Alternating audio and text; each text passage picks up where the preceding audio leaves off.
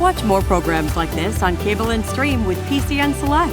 Subscribe at PCNTV.com.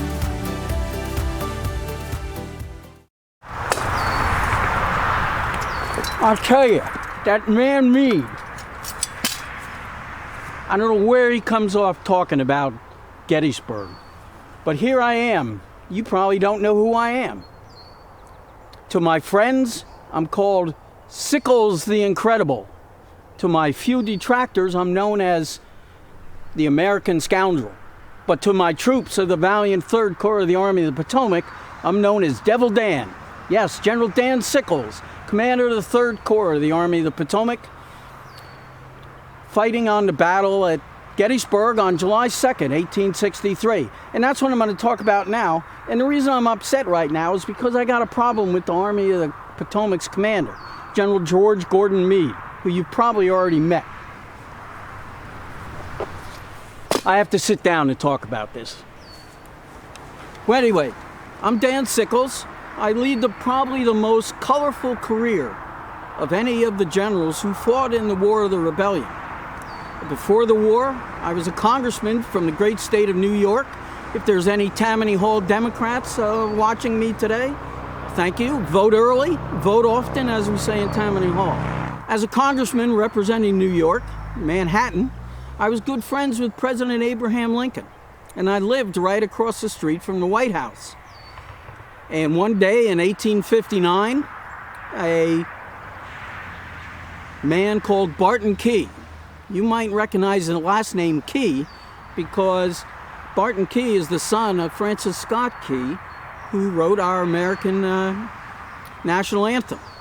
But unfortunately for him and me, he started to have an affair with my very young wife.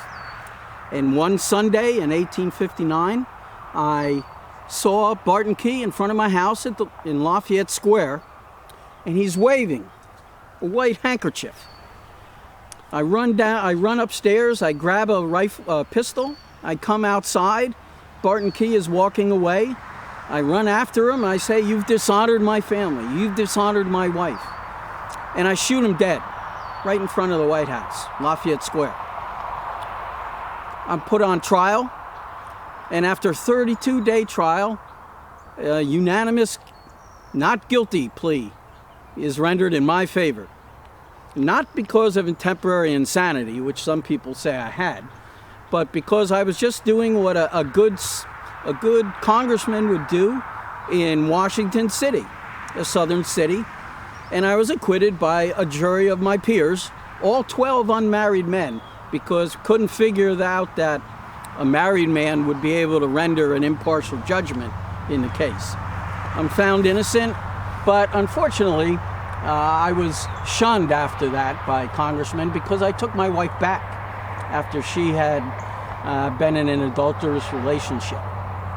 During the beginning of the war, I raised the Excelsior Brigade, Sickles Excelsior Brigade, the only brigade of United States volunteers. Every other volunteer brigade was raised by a state. But because I was friends with Abraham Lincoln, I was able to raise a brigade of United States volunteers. We fought in the Peninsula Campaign, our first battles. I was one of the first generals to actually go up in a balloon to see what the Confederates were doing on the other side of the mighty Potomac. I raised the Excelsior Brigade. We fought in the Peninsula Campaign. We were at Fredericksburg, and I eventually become Corps Commander prior to the Battle of Chancellorsville in May 1863. And what happens in the Battle of Chancellorsville is going to affect my decision when I arrive here at Gettysburg in July 1863. At Chancellorsville, the 3rd Corps suffers the most battle casualties in that engagement. In that engagement, I lose 2 of my 3 division commanders, mortally wounded. And I occupy a position called Hazel Grove, which is an excellent artillery position.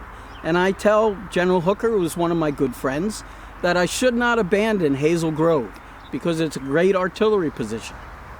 Sure enough, I'm ordered to withdraw 32 Confederate cannons immediately wheel up onto Hazel Grove and engage the Union forces in a crossfire around the Chancellor's mansion. And we have to withdraw across the river. Hooker is eventually relieved of command. He's my good friend. And unfortunately, the commander of the 5th Corps of the Army of the Potomac, Major General George Gordon Meade, he's a regular Army officer. I'm the highest ranking volunteer officer in the Army of the Potomac, a very clique-ridden organization composed of regular Army officers. And since I am the highest ranking volunteer, and General Meade doesn't like my personal habits, he's a little reluctant to talk to me in person. So I arrive on the battlefield at Gettysburg late at night on July 1st, 1863, with my 3rd Corps. We came up from Emmitsburg, Maryland. We arrive here around 10 o'clock at night. My soldiers go into bivouac, and I meet up at Cemetery Hill for a quick conference with General Meade and other high-ranking Union officers, and I'm directed to put my troops on the far left flank, where my troops are in bivouac. Unfortunately, General Meade is so concerned about actions on the right flank at Culp's Hill that he pays no attention to what's going on the left flank. And I ask him for orders several times. Where do you want my troops to go? And he says, occupy the ground occupied by General Geary. Unfortunately, that general had already left his position somewhere in the vicinity of a hill called Little Round Top. He wasn't up there because he had too many troops to go up that steep mountain and have 5,000 soldiers bivouac for a few hours. So I didn't actually know where to go. And I asked several times. My headquarters was only 400 yards away from General Meade. He wouldn't come to visit me. He sent his son, a captain, to tell me to occupy the ground occupied by General Geary. I told him there was no ground to occupy. I'm going to occupy what I think is the terrain I'm supposed to be at. It's 2 times as long as any other corps, and it's in the worst defensive position that you could possibly be in Gettysburg. Most of my corps is in a swamp, on very low ground, lowest ground on the battlefield, near Plum Run. And I'm there most of the morning, and I'm sending reports back to General Meade. Would you please come and tell me where you want me to go? I get no response. The only response I get is every general thinks that the main attack is going to come on his front. So here I am in the morning of July 2nd, and out in front of me is this very prominent terrain feature, perfect for artillery, just like at Hazel Grove a month earlier. And I decide, since General Meade had given me complete latitude to occupy the ground as long as you're generally where I think I want you to be. And I'm sitting there and I'm looking, and I send out a brigade of sharpshooters, or a regiment of sharpshooters, 2nd U.S. sharpshooters. They go up across the Emmitsburg Road to a group of trees, Pitzer's Run. And lo and behold, Colonel Berdan finds out that Confederate troops are moving in force around toward my left flank. Again, I tell General Meade that we have troops, a large number of troops assembling on the left flank. What do you want me to do?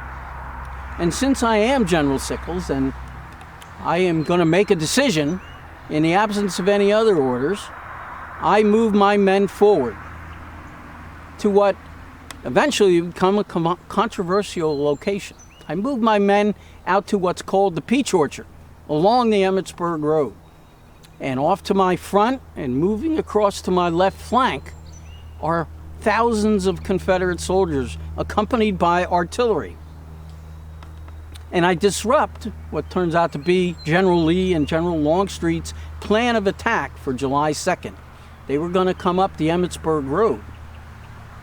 But all of a sudden, 10,000 good soldiers from the Diamond Corps, 3rd Corps of the Army of the Potomac, are out on that position.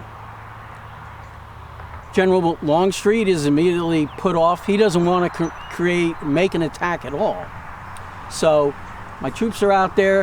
At around 4 o'clock in the afternoon, General Meade finally decides he's going to come out and look at my position. He had already sent General Henry Hunt out there, a very good staff officer, I might add, and he said it was a good position for artillery. He thought I didn't have enough troops. I thought I did. So I'm occupying this key terrain along the Emmetsburg Road. We have a thunderous artillery engagement. Starts about 4:15 while General Meade is out there. I asked General Meade, do you want me to withdraw? He says, no, it's too late. The battle has started. Fight where you are. At that moment, a shell goes over the head of us and explodes. General Meade is riding a borrowed horse. The horse is spooked and runs toward the Confederate lines. Troops from the 3rd Corps corral the horse and bring General Meade back. And I wonder what would have happened if that horse had kept going. It would have been better for me, probably. So I have this fight going on, thunderous artillery bombardment. The Confederates on the other side thought the artillery attack on July 2nd was worse than the artillery at Antietam the previous September. Fired up most of the long-range ammunition. And remember, in the Civil War, artillery was very good at close range and not so good at far distances. And because I'm on the defense, my cannon are able to engage the Confederates quite successfully. Many casualties. I force the Confederates to totally abandon their plan of attack up the Emmetsburg Road. Hood's division of Longstreet's Corps ends up diverging off toward what's called a hill called Little Round Top. There's no troops up there because it's not a very good position except for signalmen who are up there at that moment. We, as Longstreet's men attack, and I'm eventually forced back in the Peach Orchard by Colonel Barksdale's Confederate brigade, who hits the corner of the salient and forces my men back. You're going to talk to Mary Tepe, a vivandier of the 114th Pennsylvania, Colossus Zouaves, who was actually at that salient angle at about 6 o'clock on July 2nd, 1863. My headquarters is just below the Peach Orchard at a place called the Trossel Farm. And as my soldiers are engaging the Confederates, I'm on my horse and I'm going to go up to the front line.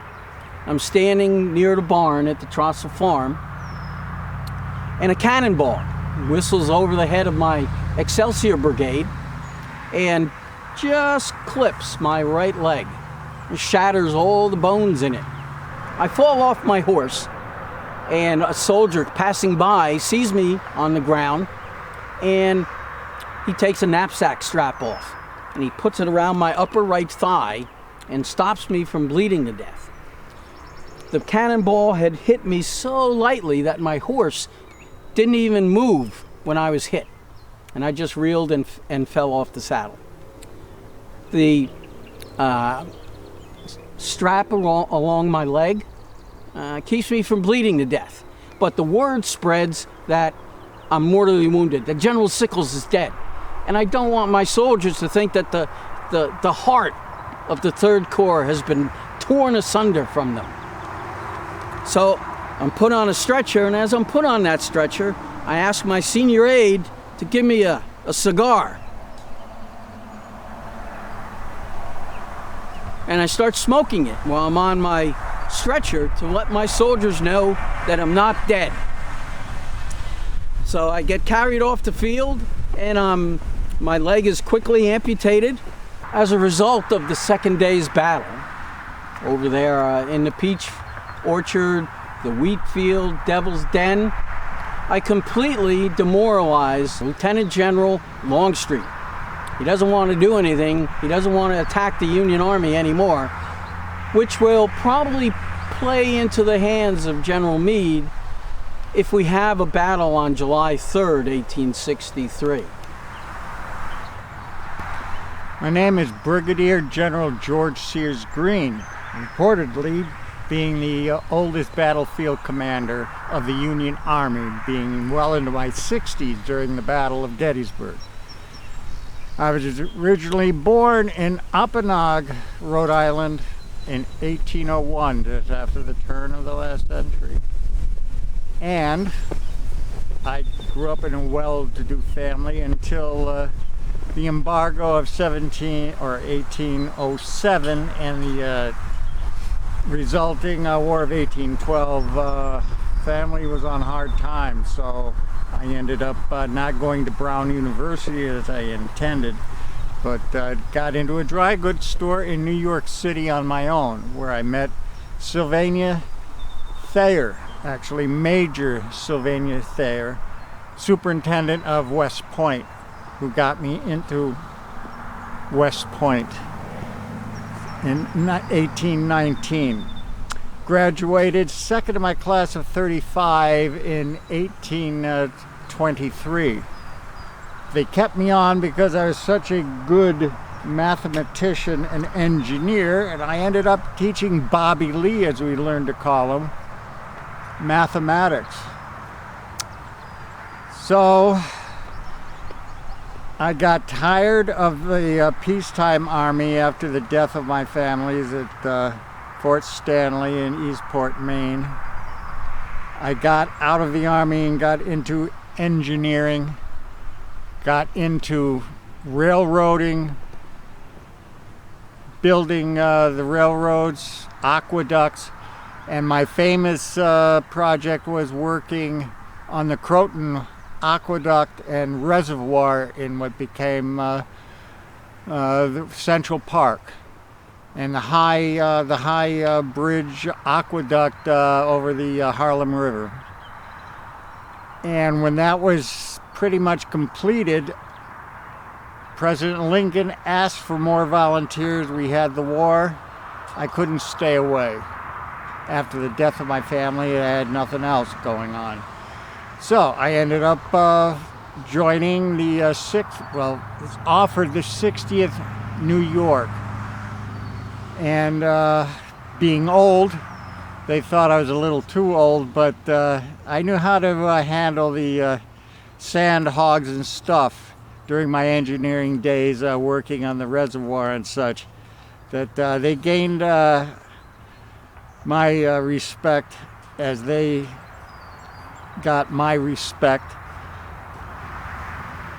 because just so many ethnics fighting each other. But whipped them with drill. I whipped them into shape, and ended up first battle was Cedar Mountain. Then it was did a good job at Appomattox, and then at Chancellorsville. And then we had the so-called Gettysburg campaign, where on the second day we arrived early in the morning. After seeing and hearing what happened to the 1st and 11th Corps, at first light I could not, I started building breastworks and chopped down trees, headlogs, we did the whole thing, and got very firm defenses. Because I knew how to work for my engineering, what would save lives. I didn't want my boys routed like the 1st and 11th happened. So, General Sedgwick and Geary were not pleased with that, but they didn't say don't do it. Because usually you build defenses, and then as soon as you build them, you're gone, you move elsewhere. But the rest of Candy and Carey, they took note. Everybody got busy. They took their mind off what was coming, and built very good defenses. However, later in the day, with the 3rd Corps' interesting positioning, that scared General Meade so much that he was pulling all of us from all over. He decided to pull the entire 12th Corps out, where I was the second brigade. And but General Sedgwick, he convinced General Meade to at least leave one unit, which happened to be my unit. I knew that was a risky thing, but what can you do? Generals are generals. So, as it was, Allegheny Johnson, he got wind of what was going on, plus he was supposed to coordinate with Longstreet. And later in the afternoon, that's when he decided to attack. And we had 1,300 men versus 5,000 of them. Now, I had to call for 1st Corps and 11th Corps people to come over to help out, and was able to get an extra 750 men, where I was able to rotate my ranks in and out, clean your weapons, at nutrition and ammunition, and then back and forth. Was able to keep the sesh off ourselves for quite a while until it got pretty dark. Because when General Geary and the rest of the 12th came back, it got dark. I mean, couldn't see each other. We were just fighting at firing at the flashes through the trees. But there was so much death by friendly fire, and the 12th walking into their old defenses, now occupied by Johnson's men. We spent the night waiting for light so we could get the sesh out of our trenches down below. And that's the way we ended it the night of the second day. How do you do? My name is William Burr Worcester, and I'm serving as a lieutenant colonel commanding the 20th Connecticut Regiment. We are part of the 1st Brigade of the 1st Division of the 12th Army Corps. And after several weeks in camp down in Falmouth, Virginia, following the Battle of Chancellorsville, we, as part of the Army of the Potomac, marched northward toward a fateful rendezvous with Confederates here at Gettysburg. By June 27, we had reached the town of Frederick, Maryland, which is about 30 miles south of here. And on the 28th, we learned that we had a new Army commander by the name of George Gordon Meade. And at that point, the orders were issued for the Army to spread out across central Maryland, but move northward, continuing to watch for the Confederates. By the morning of July 1, the 12th Corps had reached Littletown, Pennsylvania, which is about 12 miles south of here. And at that point, we received orders to move north toward Gettysburg because the battle had been underway. By mid-afternoon, the Corps had reached the village of Two Taverns, about 5 miles south of here, where we stopped to rest. But at that point, we could now hear noise in the distance, indicating that the battle was unfolding. We resumed our march, but by this time, of course, the jocularity and the banter among the men had silenced. There was a grim look about the men as we marched up the Baltimore Pike.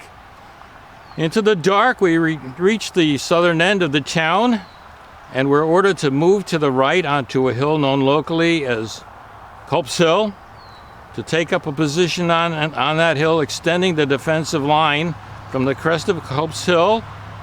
We touched the right end of the 1st Army Corps, extended our line down into a swale between the two hills of Culp's Hill. It's really two hills. And then across that top of that little hill and down into a valley to a stream on our right. So we were at the right end of the line. We spent the night and the morning of July 2 perfecting our defensive works around that area, and then sat and waited to see what would happen. Late in the afternoon, we received orders to move to the left in support of the 3rd Corps, which apparently had moved out of position. So we marched off the hill again, down the Baltimore Pike a ways, across a crossroads to another road, and then up onto a ridge, I later learned it's called Cemetery Ridge, and down into a wood line in the low ground. But by this time it was dark, and we saw no action at that point. Apparently the Confederates had pulled back. So we were ordered to return to Culp's Hill, which we did. And arriving back there around 3 in the morning, we discovered in our absence that Confederates had attacked Culp's Hill and nearly overrun the entire hill, but for the fact that General Greene had a brigade of staunch, loyal Union men up there on top of the hill, and they managed to hang on through the night. We launched an attack around 4 a.m. against the Confederates who had now entrenched on much of the hill. And in doing so, the 20th Connecticut was ordered to move forward off the Baltimore Pike to get as close as possible to the Confederates and then call in the artillery over our heads to strike the Confederates in front of us. And as far as I can determine, this may be the first time that the infantry was used as forward artillery observers. Unfortunately, at least one of the cannons up there on the hill behind us did not have a proper aim, and several shells fell among my own men.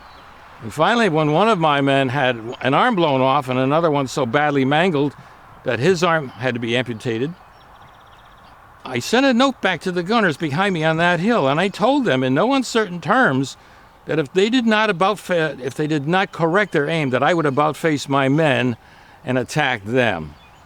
As you might expect, the aim was corrected and the artillery continued to bombard the Confederates in front of us. Eventually, the rest of the brigade joined me and my regiment, and we advanced across a swamp in front of us to strike the Confederates, along with the rest of the Corps on our left and on our right. The fight went on altogether for about 8 hours. But by noontime, Confederates had been pushed off the hill once and for all, and Culp's Hill was once again securely in Union hands. Thinking that that would be the end of it, we suddenly received orders to move to the left again. And this time our brigade was moved to the left and placed across the road from General Meade's headquarters in preparation for what was deemed to be an attack on the center of the line, which we have since learned indeed did happen. So after the attack on the center of the Union line, which held, and our services were not needed up there, we were ordered to return to Culp's Hill to once again help stabilize that line. We did so. But now that the battle is over, I have an unfortunate duty as the colonel of the regiment to send some letters home. Sadly, I lost 5 of my men in this fight, and another 28 were wounded. So I will have to sit down at my desk now and write letters to those families and unfortunately tell them what happened to their sons or their brothers or their fathers or their uncles. One of the hardest duties I have in this entire war. So if you'll forgive me, I need to move on. Thank you. My name is Marie Tepe, better known as French Mary, and I am a vivandier in the 114th Pennsylvania Volunteer Infantry's, or call us as Zouaves. A vivandier is a French word meaning canteen girl, and they were always a part of Zouave units. They alternately fought with the men and cared for their needs, and it was not unusual for a woman to join as a vivandier because they were associated with the French military since the 1700s. My duties were to help the men with whatever way that I could, but basically helping the surgeons and also occasionally fighting with them. So I have a 44 Remington, which I use. I'm told that I'm a pretty good shot, and this is my whiskey barrel. It is filled with whiskey, and I would take that out on the battlefield with me, as well as all the canteens that I could gather. I was enlisted in 1861 by a young lawyer named Carlos that wanted to get together a Zouave unit, and he wanted it to be as authentic as possible. So of course he needed a vivandier, which was myself. And as you can see, my uniform is modeled after my regiment. This is not standard. I'm clearly a woman. I'm not disguising my gender. And so that is what vivandiers do. Starting with the first time we ever saw battle was in Fredericksburg, and I mention that because that was where I was wounded, and that's where I first started setting up the hospital tents, and that kind of set the tone for the rest of my career in the military. As far as Gettysburg, we were camped out outside of the Emmitsburg, and we were told that there was a battle to the north and we needed to get there as soon as we could. So we wrote down camp and we started up, and it was the road was just an absolute quagmire as it had rained, and we were running into civilians coming with their wagons and everything they could carry, and they were heading south and we were going north, many times at the double quick. And we finally arrived at the peach orchard, made a right, and went down and bivouacked on Cemetery Ridge. The next morning, on July the 2nd, we were roused early, and we waited, had our breakfast, and then we were told to move up towards the Little Round Top, the bottom of Little Round Top. And that's where we were, and our Corps Commander, General Sickles, looked at the ground, and he decided on his own that he did not like that ground, and he wanted to move his men up forward, thus breaking the line and leaving serious holes in both the right and the left. I was told by Colonel Cavada to please set up the hospital tents at the bottom of Little Round Top, where I assisted the surgeons. And as the battles start getting worse and worse, it was about 3 o'clock that it really hit. In my unit, my little 114th, that are so brave, they were placed in the hottest possible place for fighting, right up by the Sherfy Farm, and they were just mangled. Those men did everything they could at the front line to maim and kill each other, and then they sent them back to me and the surgeons to try to help them save their life. And it was a horrible day. I was told then to move the hospital tents around to the back of Little Round Top by Rock Creek so we could have water, and it was a lot safer back there. And then they started bringing the wounded in, thousands. My little regiment was very fierce, and they held their ground, but they were just mauled by the Confederates. And actually, Colonel Cavada was captured, and during the fight, many of the wounded soldiers crawled into the Sherfy barn, and the barn caught fire, and all those men perished because they were too wounded to come out. It was a hideous sight, and back at Rock Creek, it went on for actually the 2nd, the 3rd, and the 4th were days of just horror that never ended, of the men coming in. They were laid out all over the fields, wherever you could see, crying and moaning, begging for water.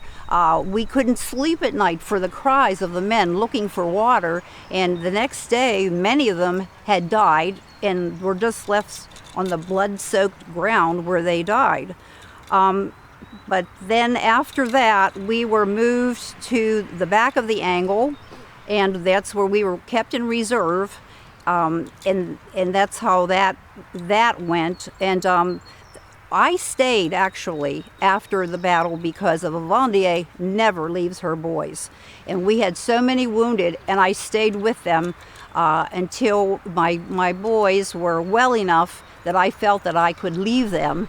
And actually, on the 7th of July, I had a picture taken of me that is a very iconic picture.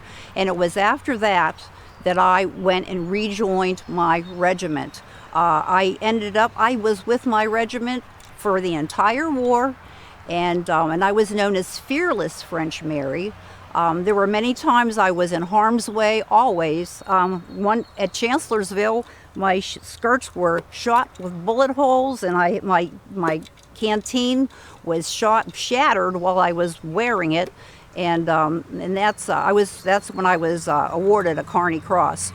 But as I said, I was with the Zouaves for the entire war, and when I mustered out in the end of May of 1865.